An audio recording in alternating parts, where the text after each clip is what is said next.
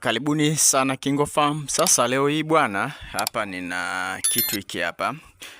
Nitakuelekeza umuhimu wa hii hapa. Hii ni ndimu. Lina umuhimu mkubwa sana kwenye ufugaji wa kuku. Kwa hiyo nisikilize vizuri ili uweze kujifunza namna ambavyo unaweza ukatumia ndimu kwa kuku, lakini pia utajifunza magonjwa gani ambayo hili ndimu huwa linatibu kwa kuku. Na hapa ninataka nikupe utofauti. Wafugaji wengi wamekuwa wakishindwa kutofautisha kati ya ndimu na limau. Sasa hapa hili ninalo ni ndimu na hili hapa ni limau. Utofauti wake mkubwa hapa unaweza ukaona. Limau huaga linakuwaga na vipele vipele kama hivi ambavyo umeona. Lakini ndimu kwanza lenyewe ni dogo. Umeona, ukilinganisha tofauti kati ya hii na hili unaweza ukaona ni dogo. Lakini pia ngozi yake haina vipele vipele kama hivi. Na sasa utofauti wa ndani kabisa wa hivi vitu viwili, utofauti wake ni kwamba hili limau halina asidi kwa wingi na sio kali kama ambavyo hili ndimu lipo. Ndio maana huwa kwenye ufugaji linatumika sana hili ndimu kuliko limau. Sababu kubwa ni hiyo, ni kwamba hili lipo vizuri zaidi ya limau. Sasa nianze kutajia faida za ndimu. Faida ya kwanza kabisa, ndimu ni tiba ya mafua. Kama kuku wako wanaumwa mafua, ukichukua ndimu ukawatengenezea, na namna ambavyo unaweza ukaandaa hii ndimu, utachukua ndimu 4 kama hivi zilivyo, utakatakata, sio kwamba unazimenya, unakata pamoja na maganda yake. Kisha una blend. Sasa pale unapokuwa una blend, utaongeza vijiko viwili vya asali, lakini pia utaongeza na tangawizi moja kwenye huo mchanganyo wako. Yani utachukua hizi ndimu 4, utakuja utachukua tangawizi moja, utakuja utachukua vijiko viwili vya asali, kisha utaweka kwenye blender, utablend pamoja. Hakikisha unavyokuwa una blend unakuwa umeweka pamoja na asali, kiasi kwamba asali itakuwa imechanganyikana vizuri na huu mchanganyo. Kisha utawapa kuku wako ambao wanauma mafua kwa muda wa siku 3.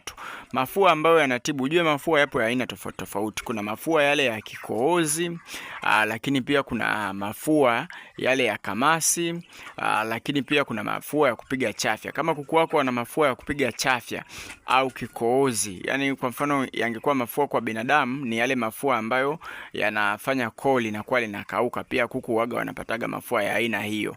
Ukiwapa huu mchanganyo siku 3 mfululizo wanapona. Na ninaposema siku 3 mfululizo, namaanisha kwamba kama maji yataisha utawawekea tena. Kama maji yataisha kila unapoweka maji hakikisha pia unaweka huu mchanganyo, watapona vizuri kabisa. Na uzuri wa hii tiba inapatikana maeneo yote. Ukienda tu sokoni ukitafuta ndimu unalipata kiurahisi zaidi. Hiyo ni matumizi ya kwanza. Matumizi ya pili, limau huwa inasaidia sana kwa kuku ambao wanataga waweze kutaga. Wale ambao hawatagi kwa ajili ya uzito, kwa ajili ya unene, wana mafuta mengi. Mkumbuke hawa sasa ukiwa unawafuga kwa ajili ya kutaga, kuna muda huaga wanafikiaga wanakuaga wanene sana. Sasa ule unene ule pale huaga unasababishaga kuku wasiweze kutaga vizuri. Kwa hiyo kazi ya hii ndimu inakwenda kuchoma mafuta, inakwenda kuondoa mafuta na kuwafanya wasiwe wanene sana, na hivyo kuwafanya kuku waweze kutaga vizuri. Sasa kutokana na hii sababu, kwa sababu tumeona kwamba ndimu linapunguza unene, sasa halifai kuwapa kuku kama vile labda kuwapa kama vile broiler, kuku ambao unawafuga ili wawe wanene. Usipende sana kuwapa hili ndimu kwa sababu litawafanya wapungue uzito. Lakini Matumizi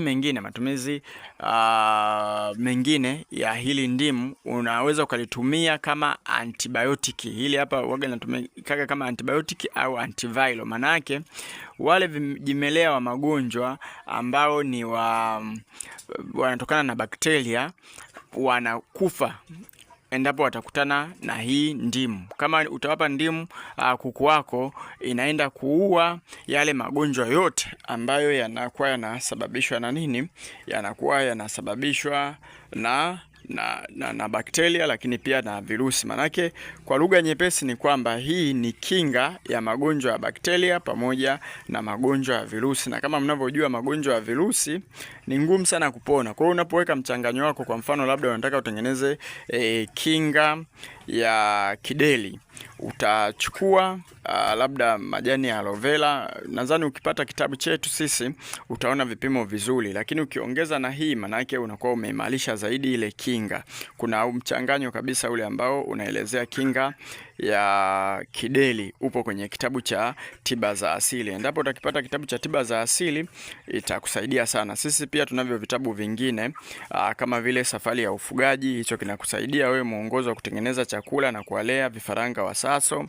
Lakini pia tunacho kitabu cha ufugaji bora wa kuku wa kienyeji. Sisi pia hapa tunafuga kuku wa kienyeji.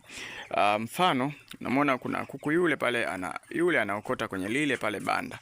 Huyu kuku alikuwa anaumwa ndui, alikuwa amechoka kabisa, lakini tumemtibia, na wale ambao wapo kwenye kundi letu la WhatsApp waliona jinsi ambavyo tunamtibia huyu kuku ndui. Na akapona vizuri. Na kwa kuongezea, tulitumia hii limau kutibu hiyo ndui. Nadhani wale ambao wapo kwenye kundi letu la WhatsApp ambalo kujiunga ada yake ni shilingi 8,000 kwa muda wa miezi miwili, watakuwa waliona ile video tulivyokuwa tunamtibia yule kuku. Ngoja ni kuonyeshe. Kuku alikuwa anaumwa ndui na amepona vizuri kabisa kwa kutumia hii tiba ya hili ndimu. Umeona? Huyo hapa kuku mwenyewe tunayemzungumzia. Na namna ambavyo tuliifanya kumtibia huyu kuku, unakata hili ndimu, kisha unasugua, unamsafishia mle kwenye vidonda. Ukisafishia kwenye vidonda, unakuja unapaka aloe vera. Hivyo vidonda vinapona vizuri kabisa, yani vinafutika kiasi kwamba huwezi ukaona hata makovu. Sema sasa hivi amechangamka, hata kumshika kidogo inakuwa ni ngumu, lakini tumemtibia safi kabisa na amechangamka kwa kutumia hii ndimu. Kwa hiyo hii ndimu pia huaga inatumika kutibu kama kuku wako wanaumwa ndui, vile vidonda unasugua kwa kutumia hii ndimu kwenye vidonda vile, kisha kuku wako watapona vizuri kabisa hivyo vidonda. Ukipaka na yale mafuta ya aloe vera, ile jeli ambayo ipo kwenye aloe vera, ukipaka kwenye vile vidonda wanakaa vizuri. Tena unaweza ukafanya hivyo mara moja tu na kuku akapona ndui kwa haraka zaidi. Kwa hiyo hayo ni matumizi mengine, lakini pia nilikuwa nawakumbusha tu kwamba hiyo yote ipo kwenye kitabu chetu. Kitabu chetu pia tumeandika hiyo tiba, kitabu cha tiba za asili. Vitabu vyetu sisi ni shilingi 10,000 na ni soft copy.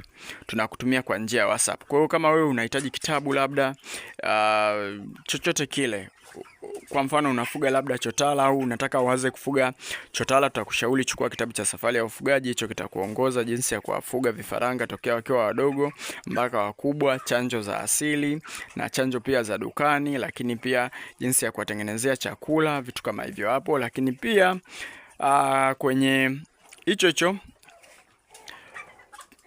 kitabu utakutana na mbinu bora ambazo zinaweza zikakufanya wewe ufuge hawa kuku kibiashara. Pia tunacho kitabu cha tiba za asili, kitakusaidia kwa ajili ya kuatibia. Kwa hiyo utahitaji vitabu viwili, utalipia 20,000 na tutakutumia muda huo soft copy. Namba yetu ya simu hiyo hapo, unaweza ukatupigia. Sasa mimi niishie hapa kwa siku ya leo. Nadhani mnajua matumizi ya ndimu na linapatikana kwa urahisi kabisa.